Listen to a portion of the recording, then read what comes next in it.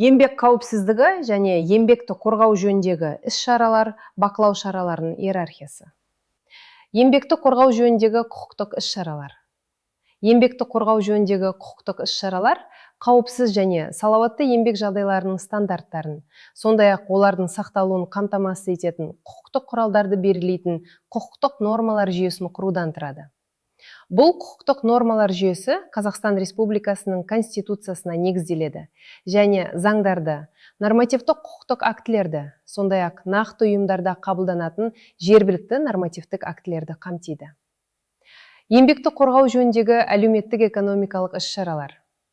Еңбекті қорғау жөніндегі әлеуметтік экономикалық іс-шаралар жұмыс берушілерді еңбекті қорғау деңгейін арттыруға мемлекеттік ынталандыру шараларын, зиянды және қауіпті еңбек жағдайларында жұмыс істеген үшін өтемақылар мен жеңілдіктер белгілеуді, әлеуметтік тұрғыдан неғұрлым аз қорғалған жұмыскерлер санаттарын қорғауды, міндетті әлеуметтік сақтандыруды және кәсіптік аурулар мен өндірістік жарақаттар туындаған жағдайда өтемақы төлеуді қамтиды. Еңбекті қорғау жөніндегі ұйымдастырушылық техникалық іс-шаралар. Еңбекті қорғау жөніндегі ұйымдастырушылық техникалық іс-шаралар нақты ұйымдағы еңбек қауіпсіздігі және еңбекті қорғау саласындағы саясат пен мақсаттарды, сондай-ақ осы мақсаттарға қол жеткізу рәсімдерін белгілейтін өзара байланысты және өзара іс-қимыл жасайтын элементтердің бірыңғай кешені болып табылатын еңбек қауіпсіздігі және еңбекті қорғауды басқару жүйесін құрудан тұрады. Еңбекті қорғау жөніндегі санитариялық-эпидемиологиялық іс-шаралар. Еңбекті қорғау жөніндегі санитариялық-эпидемиологиялық іс-шаралар жұмыскерлерге зиянды және қауіпті өндірістік факторлардың әсер ету деңгейін төмендетуге бағытталған жұмыстарды жүргізуден тұрады. Бұл шаралардың мақсаты қолайлы еңбек жағдайларын қамтамасыз ету және кәсіптік аурулардың алдын алу. Еңбекті қорғау жөніндегі емдеу профилактикалық іс-шаралар. Еңбекті қорғау жөніндегі емдеу профилактикалық іс-шаралар алдын ала, мерзімдік және кезектен тыс медициналық тексеріп қарауларды, жұмыскерлерді міндетті психиатриялық куәландыруды ұйымдастыруды, сондай-ақ сүт пен емдік профилактикалық тағам беруді қамтиды. Еңбекті қорғау жөніндегі оңалту іс-шаралары. Еңбекті қорғау жөніндегі оңалту іс-шаралары өндірістегі жазатайым оқиғалар мен кәсіптік аурулар салдарынан зардап шеккен жұмыскерлердің денсаулығы мен еңбекке қабілеттілігін қалпына келтіруге бағытталған шаралар кешенін жүзеге асырудан тұрады. Қазақстандағы еңбекті қорғау және қауіпсіздік техникасы жөніндегі ұйымдастырушылық іс-шаралар мыналарды көздейді. Барлық жұмыскерлердің еңбекті қорғау саласындағы құқықтары мен міндеттерін лауазымдық нұсқаулықтарда айқындау. Еңбек қауіпсіздігі және еңбекті қорғауды басқару жүйесін құру. Еңбек қауіпсіздігі және еңбекті қорғау қызметі туралы ережені бекіту. Қауіпсіздік техникасы және алғашқы медициналық көмек көрсету бойынша оқытуды және нұсқамаларды ұйымдастыру. Еңбекті қорғау кабинетін және ақпараттық бұрыштарды ұйымдастыру. Жұмыскерлерді жеке қорғаныш құралдарымен және дәрі қобдишаларымен қамтамасыз ету. Зиянды және қауіпті өндірістік факторлардың параметрлерін бақылауды ұйымдастыру және тағы басқа. Қызметкерлерге еңбек қауіпсіздігі және еңбекті қорғау бойынша нұсқама өткізу жұмыс берушінің тікелей міндеті. Осы іс-шара барысында қызметке зиянды және қауіпті өндірістік факторлармен танысады. Еңбекті қорғау талаптарын зерделейді. Қауіпсіздік техникасы, өрт қауіпсіздігі және алғашқы медициналық көмек көрсету талаптарын зерделейді. Жұмыстарды қауіпсіз орындаудың әдістері мен тәсілдерін меңгереді.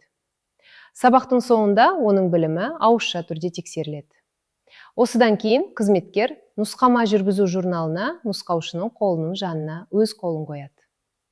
Еңбек қауіпсіздігі және еңбекті қорғау бойынша нұсқама кіріспе жұмыс орнындағы бастапқы, қайталама, жоспардан тыс немесе нысаналы болуы мүмкін. Барлық нұсқама түрлері мақсатына және өткізілу уақытына қарай бір-бірінен ерекшеленеді. Кіріспе нұсқама төмендегі барлық тұлғаларға өткізіледі. Жұмысқа қабылданатын үміткерлерге, кәсіпорынға іс-сапармен келген қызметкерлерге, өндірістік практикадан өтетін жас мамандарға. Еңбек қауіпсіздігі жөніндегі жұмыс орнындағы бастапқы нұсқама қызметкер өз бетінше жұмысқа кіріспес бұрын өткізіледі. Кәсіпорынға жаңадан қабылданған қызметкерге, оның ішінде қысқа мерзімді 2 айға дейінгі және маусымдық жұмысқа қабылданғандарға, қоса атқаратын жұмыс істейтіндерге немесе үйде жұмыс істейтіндерге. Кәсіпорынның басқа филиалынан ауысқан немесе өзі үшін жаңа жұмысты орындауға тиіс қызметкерге. Кәсіпорынға іссапармен келген қызметкерге. Өндірістік практикадан өтетін жас маманға. Осындай нұсқама жүргізілмейтін мамандардың лауазымдары мен кәсіптерінің тізбесін жұмыс беруші бекітеді. Қайталама нұсқама. Қайталама нұсқама барысында бастапқы нұсқамада берілген мәліметтер толық көлемде қайта түсіндіріледі. Оның негізгі мақсаты алынған білім мен дағдыларды бекіту. Қайталама нұсқама кемінде 6 айда бір рет өткізіледі. Еңбек қауіпсіздігі жөніндегі жоспардан тыс нұсқама мынандай жағдайларда жүргізіледі.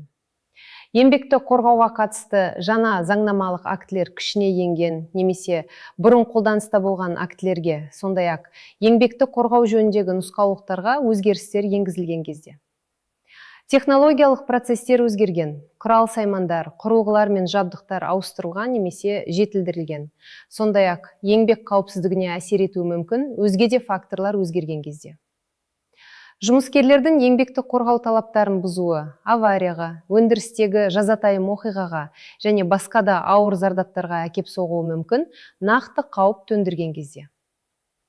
Жұмыста ұзақ үзіліс болған кезде, қауіпті және немесе зиянды еңбек жағдайларымен байланысты жұмыстар үшін күнтізбелік 30 күннен астам, ал қалған жағдайларда 2 айдан астам. Жұмыс берушінің немесе ол уәкілеттік берген тұлғаның шешімі бойынша. Сондай-ақ, мемлекеттік қадағалау және бақылау органдарының лауазымды адамдарының талабы бойынша. Нысаналы нұсқама. Еңбек қауіпсіздігі жөніндегі нысаналы нұсқама мынандай жағдайларда жүргізіледі. Бір жолғы жұмыстарды орындау кезінде. Табиғи апаттар мен авариялардың салдарын жою кезінде. Жұмыстарды орындау үшін рұқсат, наряд рұқсат және өзге де арнайы құжаттарды ресімдеу кезінде.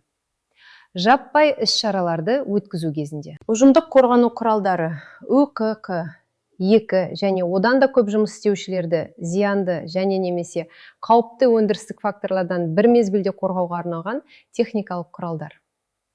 Өндірістік үй-жайлардың ауа ортасын қалыпқа келтіру құралдары. Электр тоғының әсерінен қорғайтын құралдар. Химиялық факторлардың әсерінен қорғайтын құралдар. Биологиялық факторлардың әсерінен қорғайтын құралдар. Механикалық зақымданулардан қорғайтын құралдар. Жеке қорғану құралдары ЖКК. Қызметкерді зиянды және немесе қауіпті, аса қауіпті, өндірістік факторлардан қорғауға арналған құралдар. ЖКК түрін таңдау нақты еңбек жағдайларын және жұмыскерлерге зиянды әрі қауіпті өндірістік факторлардың әсерін ескере отырып жүзеге асырылуы тиіс. Қолданылатын барлық ЖКК Қазақстан Республикасының аумағында пайдалануға сертификатталған болуы тиіс. Жұмыскерге зиянды және қауіпті өндірістік факторлардың әсер етуіне байланысты әрбір жұмыс орны мен аймақ тиісті ЖКК қолдану қажеттілігі туралы нұсқамалық белгілермен белгіленуі тиіс.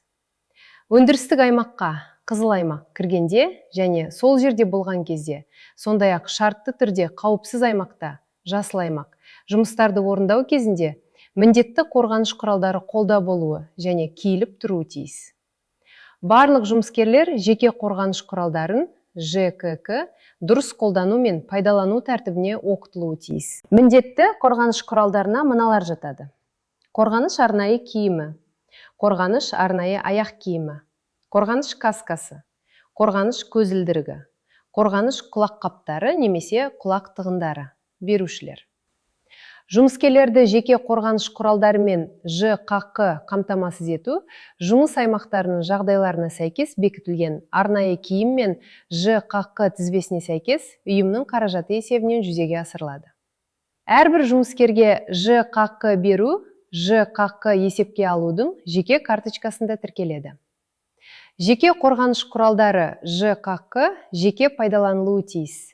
Жеке гигиена талаптарын сақтай отырып. Жұмыскерлер мен ұйымға келушілер өздеріне берілген арнайы киімге, арнайы аяқ киімге және басқа да жеке қорғаныш құралдарына ұқыпты қарауға міндетті. Жеке пайдаланылатын ЖКК-ны қолдану мыналарды қамтиды: тексеру, кию немесе пайдалану, тазалау, жөндеу, сақтау.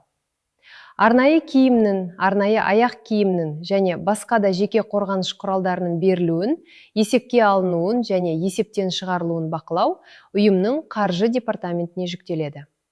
Осы стандарттың орындалуын бақылау ұйымның ЕК қызметіне жүктеледі. Еңбекті қорғау жөніндегі техникалық іс-шаралар кәсіпорынды дамытуға бағытталады. Және еңбек жағдайлары мен еңбек қауіпсіздігін жақсарту мақсатында цехтар мен учаскелерді реконструкциялауды, жабдықтарды жаңғыртуды, жаңа техника мен технологияларды енгізуді көздеуі мүмкін. Тиісті санитариялық, тұрмыстық жағдайларды, емдеу профилактикалық жұмысты және медициналық тексеріп қарауларды қамтамасыз ету жөніндегі іс-шаралар мыналарды қамтиды. Жаңа үй-жайларды пайдалануға беру немесе қолданыстағы киім ілетін орындарды, душ бөлмелерін, жуыну бөлмелерін, әйелдердің жеке гигиенасына арналған үй-жайларды, демалыс бөлмелерін, демалыс бұрыштарын, жұмыскерлерді жылытуға арналған үй-жайларды, стационарлық немесе жылжымалы асханаларды, тамақтану бөлмелерін, жеке қорғаныш құралдарын тазалау және жөндеу бөлмелерін, кептіру орындарын, жылытылатын өткелдерді, тамбурларды, моншаларды және басқа да тұрмыстық үй-жайларды кеңейту.